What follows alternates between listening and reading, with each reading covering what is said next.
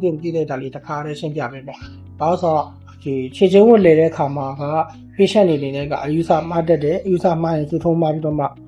ပို့ရှိတတ်တယ်เนาะအဲဒါကြောင့်အနားယူရမယ့်အချိန်ကာလလောက်တစ်ခါနဲ့သတ်မှတ်ပေးပဲเนาะ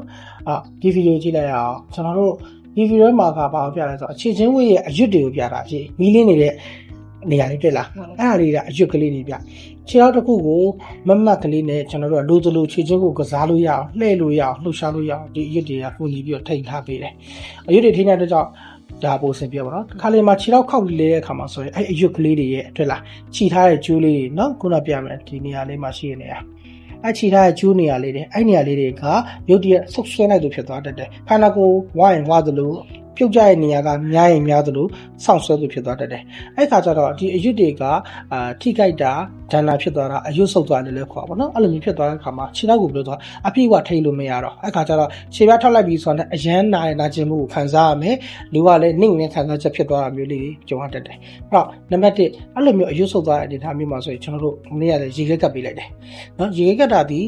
အေးတယ်အယောင်လေးကြတယ်ထိခိုက်တာဖြစ်တတ်တာလေကျွန်တော်တို့ဒုက္ခအပြ RIC လို့လည်းခေါ်တယ်အရင်ဆုံးအနားယူမယ်နားတဲ့ခြေထောက်ကြီးရှိတာမှတတ်တာတော့မှပါလေးဆိုအလုပ်လုပ်ရင်ပိုဆိုးတတ်တယ်ဒါကြောင့်နားစရာရှိအပြည့်နာနံပါတ်2ကကျတော့ကျွန်တော်ရေခဲကတ်တာဒီခုနပဲနာကျင်တဲ့နေရာကိုရေခဲကတ်ပြီးအုံပေးတာဒီလေအယောင်ကျတယ်တရက်လောက်ကတ်လိုက်ရင်တော်တော်ကြီးတာအဖြစ်စ3ရက်တွင်းဆိုရေခဲကတ်တာအကောင်းဆုံးပဲပြီးပြီဆိုရင်နောက်ကကျတော့ခြေထောက်ကိုအလွတ်ထားတဲ့ချက်ကိုငြိမ်သွားအောင်ပေါ့နော်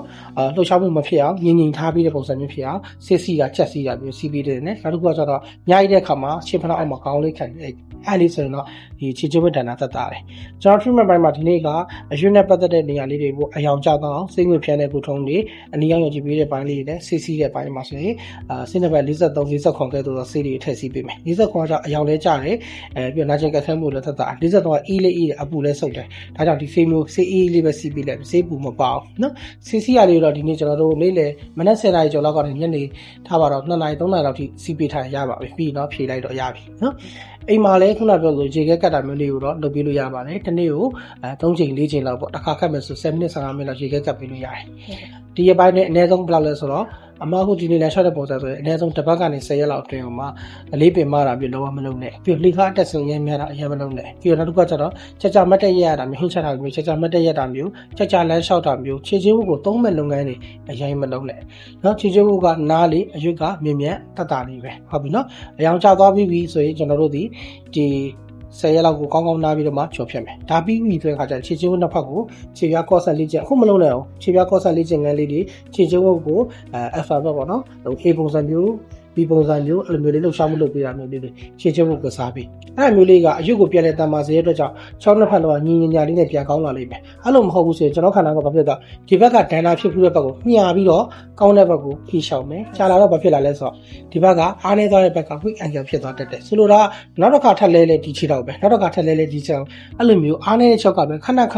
ခြေတော့အရွက်ကဒဏ္ဍာဖြစ်တတ်တယ်ဒီလိုမျိုးမဖြစ်အောင်ပါတခါတည်းစမဆုံးကုသမှုကိုသွားမယ်အယောင်ကျအောင်ရင်လုပ်မယ်အယောင်ကျပြီးရင်ကုသမှုနာကျင်မှုပြောင်းအောင်လုပ်မယ်ပျောက်သွားပြီဆိုပြန်နေတန်ဆွမ်းအောင်အခုနလေ့ကျင့်ခန်းမှာသွားမယ်ဒီ3ခုလုံးပြီးပြီဆိုရင်အမခြေတော့ချိန်တာတော့ရပြီနော်အဲ့လိုမတိုင်ခင်မှာတော့ခုနကပြောဆောင်းရရှောင်းလေးတော့တစ်ချက်ကြီးစိုက်ပြီဒါဆိုဆင်ပြေသွားလိမ့်မယ်ဒီနေ့ကနေ့နံပါတ်2မှာကျွန်တော်ဆေးချက်ထုတ်ထိုးတဲ့ file တွေ စိတ်ဝင်ပေးတဲ့ file နဲ့ CC ရဲ့ file တွေအကုန်လုပ်ပြလိုက်ပါမယ်နော်ဟုတ်ရှင်လေးသုံးဆောင်မှာပြီးပြီဆိုရင်ဝင်လို့ရပြီနော်